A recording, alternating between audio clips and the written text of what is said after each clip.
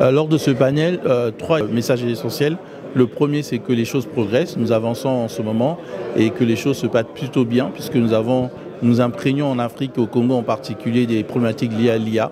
La deuxième chose, c'est effectivement le besoin de renforcer les capacités, la formation, le centre de recherche pour pouvoir s'adapter à ces innovations.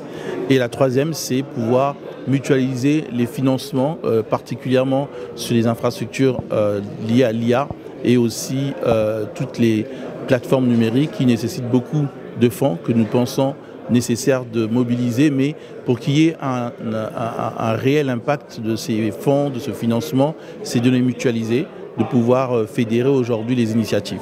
Aujourd'hui, on est très content d'avoir des jeunes startups qui proposent des solutions pour, par exemple, l'expérience client chez les opérateurs. On a aujourd'hui des solutions pour le tourisme. On a des applications IA qui permettent aujourd'hui de tracer, de faire des propositions de meilleurs trajets, voyages pour des particuliers.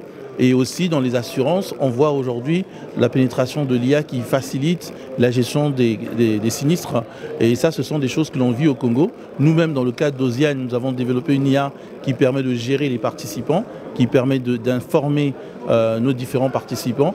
Mais ce qu'il faut dire, c'est que malgré tous ces efforts, l'industrie tech, l'industrie numérique a besoin de plus d'appui, plus de ressources techniques, financières, humaines, pour arriver à faire des choses extraordinaires. Il y a tellement eu de bonnes choses qui ont été dites, particulièrement ces startups qui se mettent en place en ce moment, des startups qui ont des use cases, des solutions qui commencent à impacter des secteurs d'activité comme la santé, l'agriculture, on a vu l'éducation.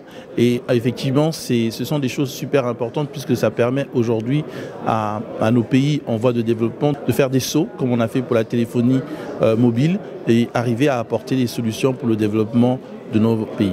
Déjà, il faut dire que c'est très encourageant de voir la stabilité de l'événement qui reste aujourd'hui incontournable pour mettre en relation les chefs d'entreprise, les économies africaines et françaises.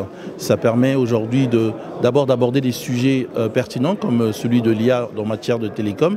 On parle de l'agriculture, des énergies, et c'est-à-dire de l'hydrocarbure, des infrastructures. Et ce rassemblement permet aux gens de se rencontrer, de partager des expériences et de tisser des partenariats nouveaux.